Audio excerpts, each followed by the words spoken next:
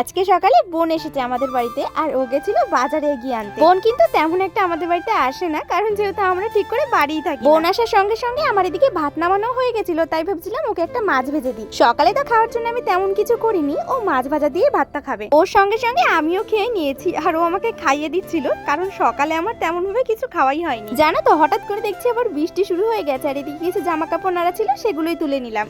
আজকে তো রোদের কোনো দেখাই মিলবে না। এদিকে দেখো, দাদা আবার বাজার থেকে ছেঁড়া পরোটা এনেছিল, সেটাও আবার খেয়েছিলাম। দুজনে খাওয়া দাওয়া করে আবার গেছিলাম রান্নাঘরে, কারণ দুপুরের রান্নাটা তো করতে হবে। এদিকে বোন সব কেটে কুটে রেডি করে দিচ্ছিল, তারপরে দেখো দুজনে মিলেই রান্না শুরু করে দিলাম। আমি এদিকে চিকেনটা করছিলাম, ও দেখছি আবার ওইদিকে লোটে মাছটা রান্না করছে। আমার রান্না বান্না শেষ হতেই দেখছি ঝমঝমিয়ে বৃষ্টি শুরু হয়ে গেছে। আর উঠোনটা দেখেছো, দেখলেই যেন ভয় করে, আর একটু বৃষ্টিতেও যেন ভিজতে ইচ্ছা করছে। তবে এখন কিছু করার নেই, বাসনগুলো সব মাজতে হবে, তো এখন এদিকে এসে বাসনগুলো সব মেজে নিচ্ছি। দিনে যে কতবার বাসন মাজতে হয় তার কোনো ঠিক। তারপরে স্নান টান করে খেয়েও নিয়েছি, আর খাওয়ার পর একটু মিষ্টি খেতে ইচ্ছা করছিল বলে একটু দই নিয়েছিলাম। বোনও এখান থেকে 2 চামচ নিয়েছিল।